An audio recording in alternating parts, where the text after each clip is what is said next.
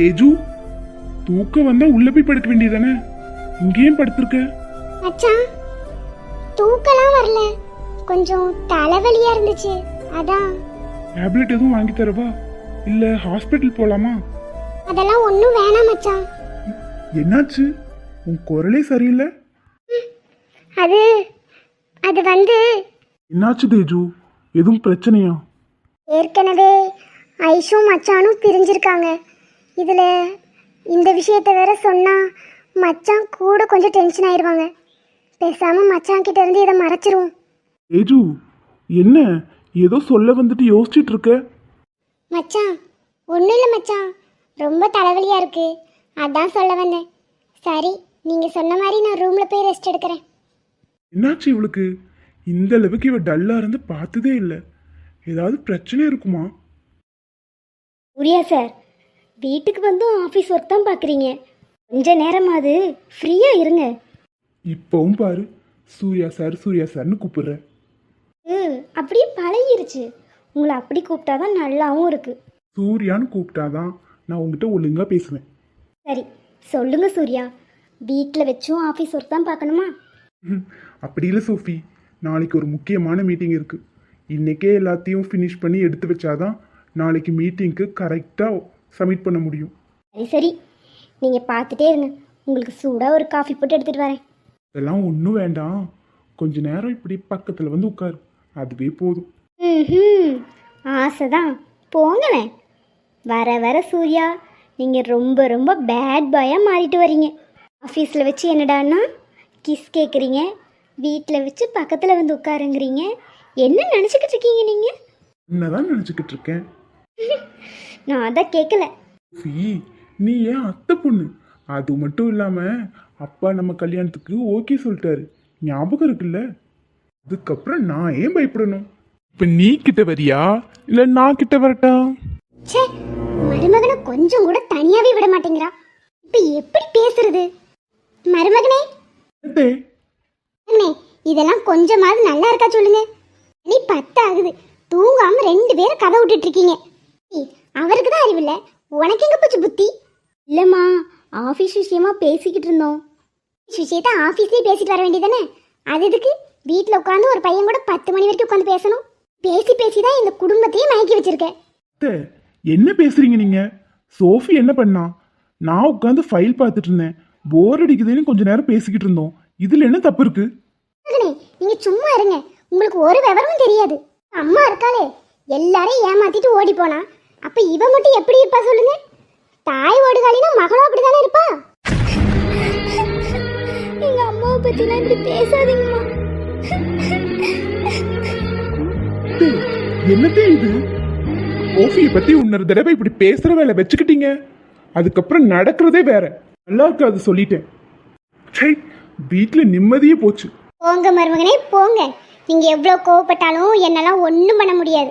மக தேஜுவை இந்த வீட்டுக்குள்ள ஏத்தாம நான் ஓய மாட்டேன். அது வரைக்கும் யாரு எப்படி வேணாலும் பேசிக்கோங்க.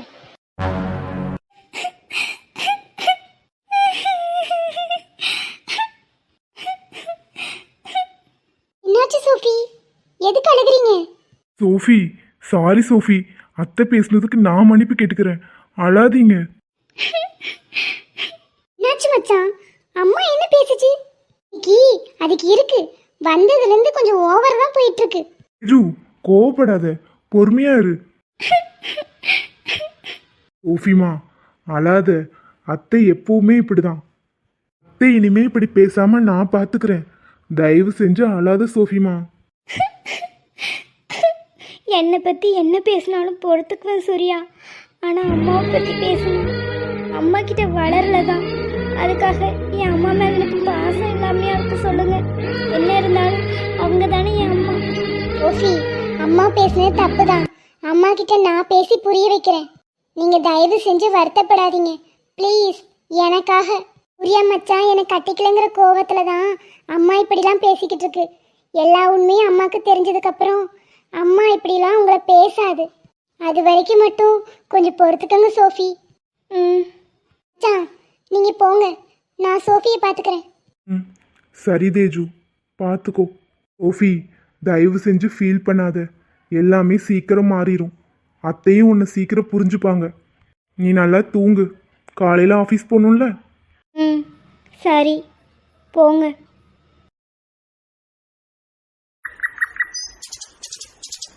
ஐசுமா, இன்னும் கிளம்பாம இருக்க? இன்னைக்கு வேலைக்கு போலையா? கிளம்பணும்பா. இன்னைக்கு கொஞ்சம் லேட்டா போனாலே போதும். என்னப்பா, வழக்கத்தை விட இன்னைக்கு ரொம்ப சந்தோஷமா இருக்கீங்க.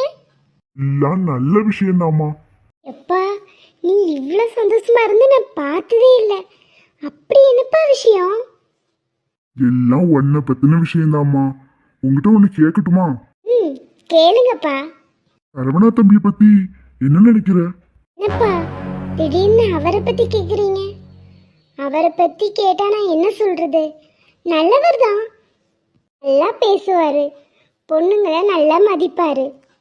நீ இந்த அளவுக்கு சொல்றனா தம்பி ரொம்ப நல்ல பையன்தான் போல. நேத்து ஆட்டோ ஸ்டாண்ட்ல வச்சு சரவணா தம்பியோட அம்மாவை பார்த்தேன். ரொம்ப நல்லவங்களா இருக்காங்க. என்னை பத்தி எவ்வளோ பெருமையா பேசினாங்க தெரியுமா? அது மட்டும் இல்லம்மா, அவங்க பையனுக்கு திரும்பவும் உன்னையே பேசி முடிக்கலான்னு கேக்குறாங்க. எனக்கும் அதுதான் சரின்னு படுது. அவங்க ரொம்ப நல்லவங்களா இருக்காங்க. அவங்க வீட்டுக்கு நீ போனீன்னா உன்னை மகாராணி மாதிரி வச்சு பார்த்துப்பாங்க. நீ என்னம்மா சொல்ற? உன் பதில தான் அப்பாவோட சந்தோஷமே அடங்கியிருக்கு. இதுல நான் சொல்றதுக்கு என்னப்பா இருக்கு? உங்க சந்தோஷம் தான் எனக்கு முக்கியம். இது தெரியும் தங்க பிள்ளை, நீ இப்படிதான் சொல்லுவேன்னு. சமத்து பிள்ளைன்னா என் பிள்ளை தான். இங்க நீ நடந்த விஷயங்களெல்லாம் மனசுல வச்சுட்டு அப்படியே இருந்துருவியோன்னு நினைச்சிட்டோமா. பரவாயில்ல தங்கம், எனக்காக நீ இப்படி கல்யாணத்துக்கு ஒத்துக்கிட்டது ரொம்ப சந்தோஷமா இருக்கு. இப்பவே போய் குமுதா கட்டணா சொல்லிட்டு வந்துடுறேன். கல்யாண ஏற்பாடுலாம் ஜோரா பண்ணணும்ல. கடவுளே, ஒரு வழியா என் பிள்ளைக்கு நல்ல வாழ்க்கை அமைய போகுது.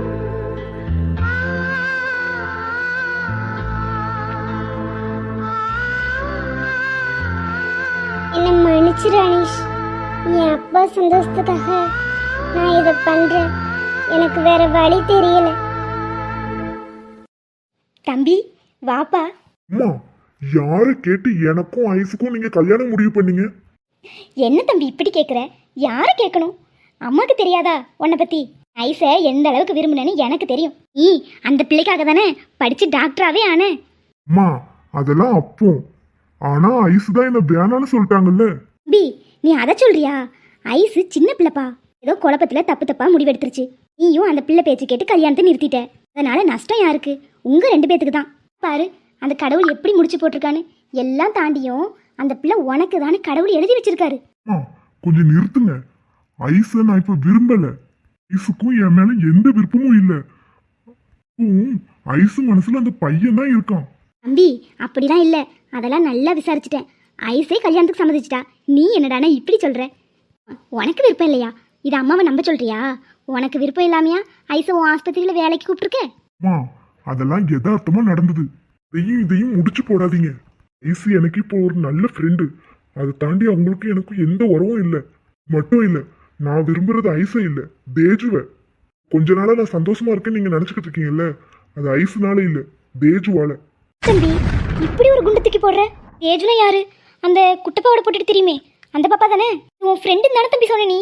எம்மா, கொஞ்ச நாள் போகட்டும், அதுக்கப்புறம் சொல்லிக்கலாம்னு நினைச்சேன். ஆனா நீங்க இப்படி ஒரு குழப்பத்தை உருவாக்குவீங்கன்னு எதிர்பார்க்கவே இல்லை. எனக்கு இந்த கல்யாணத்துக்கு சுத்தமா விருப்பம் இல்லை. தயவு செஞ்சு போய் ஐஸோட அப்பாட்ட பேசுங்க. தம்பி என்ன விளையாடுறியா? ஐஸோட அப்பாட்டி எப்படி பேச முடியும்? அந்த மனுஷன் பாவம். ஏற்கனவே ஒரு வாட்டி பிள்ளையோட நிச்சயம் நின்னதுக்கே அந்த மனுஷன் நெஞ்சு பிடிச்சிட்டு விழுந்து கிடந்தாரு. இப்போ நான் கல்யாணம் வரைக்கும் பேசிட்டு வந்துட்டேன். இதுக்கப்புறம் ஏதாவது நடந்துச்சுன்னா அவர் என்ன ஆவார்? என்னாலாம் முடியாது. அவருக்கு நான் வாக்கு கொடுத்துட்டு வந்துட்டேன். அதை என்னால் மீற முடியாது. நீ அந்த தேஜு பொண்ணெல்லாம் மறந்துரு. ஐஸு கட்டு, அதுதான் உன் வாழ்க்கைக்கு நல்லது. ஐஸு மாதிரி ஒரு பிள்ளை தான் நம்ம வீட்டுக்கு மருமகளாக வரணும். அம்மா, நான் இவ்வளவு தூரம் சொல்றேன், கொஞ்சம் கூட புரிஞ்சுக்காம பேசுறீங்க. பி நீ சொல்கிறதெல்லாம் என்னால் ஏற்றுக்கவே முடியல. அன்றைக்கி ஹாஸ்பிட்டலில் வச்சு கூட ஐஸை பற்றி நான் உங்ககிட்ட பேசினேன். அப்போ கூட நீ சிரித்து சந்தோஷமாக தானே இருந்தேன். அது நீங்க தேஜுவை பத்தி சொல்றீங்கன்னு நினைச்சிட்டேன். சரி தம்பி, நடந்தது நடந்து போச்சு. இதுக்கப்புறம் எல்லாத்தையும் விட்டுரு. தேஜு கீஜுலாம் வேணாம். நம்ம வீட்டுக்கு ஐஸு தான் மருமக. நான் எடுத்த முடிவு. இதை எப்போவும் நான் மாற்றிக்க மாட்டேன். ஐஸோட அப்பா கிட்ட நான் வாக்கு கொடுத்துட்டு வந்திருக்கேன். அதை மீறினா எனக்கு தான் அசிங்கம். என்னை பொறுத்த வரைக்கும் உனக்கு கல்யாணம் நடந்தா அது ஐஸு கூட தான். உன் மனசில் இருக்கிற தேவையில்லாத கனவெல்லாம் களைச்சிட்டு ஐஸையை கல்யாணம் பண்ணி எப்படி சந்தோஷமா இருக்கணும்னு மட்டும் யோசி. வர 30ஆம் தேதி கல்யாணம். அதுக்கு ஆக வேண்டிய வேலையெல்லாம் பாரு. போய் ஹாஸ்பிட்டலுக்கு கிளம்பு. ச்சே, கொஞ்சம் கூட புரிஞ்சுக்காம பேசிட்டு போறாங்க. நான் தேஜுக்கு என்ன பதில் சொல்றது? பேசாம ஐசு கிட்ட போய் பேசி பார்ப்போம். ஏய் வேடிக்கை பார்த்துட்டு நிக்காத, ஃப்ரிட்ஜுக்குள்ள இருந்து பால் எடு. சி சவம் திறக்கவே மாட்டேங்குது. எப்படியாவது திறந்துரு நெடுமாறி. என்ன நீ ஃப்ரிட்ஜு கூட சண்டை போட்டுட்டு இருக்கீங்க? ஆறு செல்வி திறக்கவே மாட்டேங்குது. என்ன கஷ்டமா இருக்கு. டேய் ஒரு பாலை எடுத்து தர சொன்னதுக்கா இத்தனை கவர் பண்ணிட்டு இருக்க? டேய் இம்புட்டு நேரம் இழுத்து இப்போ தான் ஃப்ரிட்ஜ் திறந்துச்சு. இந்தாங்க பால். என்னத்த ஃப்ரிட்ஜோ, நல்லா உங்க அப்பா ஓட்ட உடசலா செகண்ட் ஹேண்ட்ல வாங்கி அனுப்பி விட்டான் போல. ஃப்ரிட்ஜு திறக்க மாட்டேங்குது, வாஷிங் மிஷின் ஓட மாட்டேங்குது, டிவியில படம் தெரியாது, ஏதாவது ஒன்னாவது உருப்படியா இருக்கா? டேய் என்னை பற்றி என்ன வேணாலும் பேசுங்க, எங்கள் அப்பாவை பற்றிலாம் பேசாதீங்க. அப்புறம் நல்லா இருக்காது சொல்லிட்டேன். ஆனாது ஓட்ட உடசல் செகண்ட் ஹேண்டையாவது வாங்கிட்டு வந்தேன். நீங்கள் என்னத்தை கொண்டு வந்தீங்க? என்னையே கேள்வி கேட்குற அளவுக்கு உனக்கு தைரியம் வந்துருச்சுன்னு. எல்லாம் என் மகன் கொடுக்குற இடம். அம்மா அண்ணி கேட்குறதுல என்ன தப்பு இருக்கு சொல்லு? எதுக்கு எடுத்தாலும் திட்டுற. அண்ணியாவது லவ் மேரேஜ் பண்ணிட்டு வந்தாலும் பின்னாடி அதை இதையும் தேத்தி கொண்டு வந்தாங்க. ஆனால் நீ ஒன்றுமில்லாம தானே இந்த வீட்டுக்கு கட்டிட்டு வந்தேன்னு சொன்னேன். இல்லை என் பொண்ணாடி, என் பொண்ணான்னு கேட்குறேன். நீ என் வயத்துல தான் பிறந்தியா இல்லை ஹாஸ்பிட்டலில் மாற்றிக்கிது எடுத்துட்டு வந்துட்டான்னு தெரியல. இன்னைக்காவது அம்மாவுக்கு சப்போர்ட் பண்ணுறியா? எப்போ பார்த்தாலும் அண்ணி அண்ணி இவ பிறத்தாலேயே திரி. ஒரு நாள் உனக்கு இருக்கு, இவ சுயரூபம் தெரியாமல் இவ பின்னாடி தெரிஞ்சுக்கிட்டு இருக்க. அதான் எனக்கு நல்லா தெரியும். நீ உன் வேலையை பாரு, எங்களுக்குள்ள சண்டையை முட்டி விடாத. ஆமாம் நீங்கள் பெரிய இவளுக, உங்களுக்குள்ள சண்டையை முட்டி விட்டு நான் குளிர்காயினேன். போங்கடி, நீங்களாம் ஒரு ஆள். எத்தே இப்படி வவ்வால் மாதிரி மூஞ்ச வச்சுட்டு எங்களை வஞ்சிக்கிட்டு இருந்தீங்க. உங்களை வண்டலூரில் கொண்டு போய் விட்டுட்டு வந்துடுவேன். விடுவடி விடுவேன். அது வரைக்கும் எங்கள் புளியங்காய் பறிக்கும் பாரு. எத்தே நீங்கள் புளியங்காய் பறிங்க இல்லை பூ பறிங்க, இப்போ எங்களுக்கு வேலை இருக்குது. இந்தாங்க பாலை பிடிங்க, நான் வாரேன். வாசல்வி போகலாம். ரெண்டு பேரும் இப்போ அவுத்து விட்ட கழுதைகளாட்டம் ஊரை சுற்றிட்டு தெரியுறீங்களே, உங்களுக்குலாம் கொஞ்சமாவது வெக்கம் இல்லை? இல்லை சி லூசுக, போய் தொலைங்க. இசு, உங்ககிட்ட ஒரு முக்கியமான விஷயம் பேசணும். அதுக்காக தான் இங்கே வர வச்சேன். உங்களுக்கும் எனக்கும் மேரேஜ் பண்ணலான்னு அம்மா முடிவெடுத்த விஷயம் எனக்கு இன்னைக்கு தான் தெரியும். அப்பாட்ட கூட பேசிட்டு வந்ததா அம்மா சொன்னாங்க. எனக்கு எதுவும் தெரியாதுன்னு நினைக்கிறேன். இல்லை சரவணா, எனக்கு எல்லாமே தெரியும். என்கிட்டயும் அப்பா இன்னைக்கு காலையில் தான் சொன்னார். அதுக்கு நீங்க என்ன சொன்னீங்க? எனக்கு எங்கள் அப்பாவோட சந்தோஷம்தான் ரொம்ப முக்கியம். ஏற்கனவே ஒரு தடவை நீங்கள் நிச்சயத்தை நிறுத்திட்டு போனதை நினச்சி அப்பா ரொம்ப வருத்தப்பட்டார். அந்த நேரத்தில் அப்பாவுக்கு நெஞ்சு வலியே வந்துருச்சு. அதுக்கப்புறம் அனீஷ் பிரச்சனை, இது பத்தாத குறைக்கு அனீஷோட அப்பா என் அப்பாவை அடிச்சிட்டாரு. ஒவ்வொரு பிரச்சனையாக நடந்ததில் அப்பா ரொம்ப மனசுடைஞ்சு போயிருக்காரு. அதனால நான் கல்யாணத்துக்கு சம்மதம் சொல்லிட்டேன். என்னாச்சு சரவணா, இதுல உங்களுக்கு ஏதாவது பிரச்சனையா? நீங்க எப்படி இதுக்கு சம்மதிச்சீங்க? நான் இதை எதிர்பார்க்கவே இல்லை. எனக்கு புரியுது சரவணா. நான் அனீஷை விரும்பிட்டு இருந்தேன். அதை பத்தி தானே யோசிக்கிறீங்க? எல்லாரையும் விட என் அப்பா ரொம்ப முக்கியம். அனீஷை மறந்துட்டேன்னு பொய்யெல்லாம் சொல்லலை. ஆனால் என் அப்பாவா அனிஷான்னு வரும்போது நான் என் அப்பாவை தான் சூஸ் பண்ணுவேன். எனக்கு என் அப்பாவோட சந்தோஷமும் நிம்மதியும் மட்டும்தான் முக்கியம். அதுக்காக நான் என்ன வேணாலும் பண்ண ரெடியாக இருக்கேன். இந்த கல்யாணம் கூட அதுக்காக தான். என்னை மன்னிச்சிருங்க சரவணா. இசு, இந்த கல்யாண விஷயத்துல உங்களுக்கு எப்படின்னு எனக்கு தெரியல. ஆனா எனக்கு சுத்தமா விருப்பம் இல்லை. என்னை மன்னிச்சிருங்க. எங்க அம்மா ஏதோ குழப்பத்துல உங்க வீட்டுல வந்து பேசிட்டாங்க. தயவு செஞ்சு எனக்காக இந்த கல்யாணத்தை நிறுத்துங்க ஐசு. முன்னாடி நான் நிச்சயத்தை நிறுத்திட்டு வந்ததுக்கே அம்மா ரொம்ப கோவமா இருக்காங்க. நான் அம்மாட்டையும் பேசி பார்த்தேன், ஆனா கல்யாணத்தை நிறுத்த முடியாதுன்னு சொல்லிட்டு போயிட்டாங்க. இந்த தடவை நீங்க தான் எனக்கு உதவி செய்யணும் ப்ளீஸ் ஐசு. சாரி சரவணா, என்னால் அது மட்டும் முடியாது. ப்ளீஸ் என்கிட்ட இப்படிலாம் கேட்காதீங்களே. என் அப்பா பாவம் உடஞ்சிருவாரு. ஐசு, இது எல்லாமே நீங்களும் அனீஷும் பிரிஞ்சிருக்கிறனால தான். நீங்க ரெண்டு பேரும் ஒன்று சேர்ந்துட்டா இந்த பிரச்சனை எல்லாமே முடிஞ்சிடும். இதனால பாதிக்கப்படுறது நீங்க மட்டும் இல்லை, நான், தேஜு, அனீஷ் எல்லாரும் தான். புரியல. தேஜுவா? என்ன சொல்றீங்க? நானும் தேஜுவும் லவ் பண்றோம் ஐசு. என்ன சொல்றீங்க சரவணா? தேஜுவையா? ம், ஆமா. இது தேஜு உங்ககிட்ட முன்னாடியே சொல்ல சொன்னாங்க. நான் தான் மெதுவா சொல்லிக்கலான்னு விட்டுட்டேன். என்ன சரவணா எல்லாத்தையும் இப்போ வந்து சொல்றீங்க? என்னால என்ன பண்ண முடியும் சொல்லுங்க. தயவு செஞ்சு என்ன மன்னிச்சிருங்க.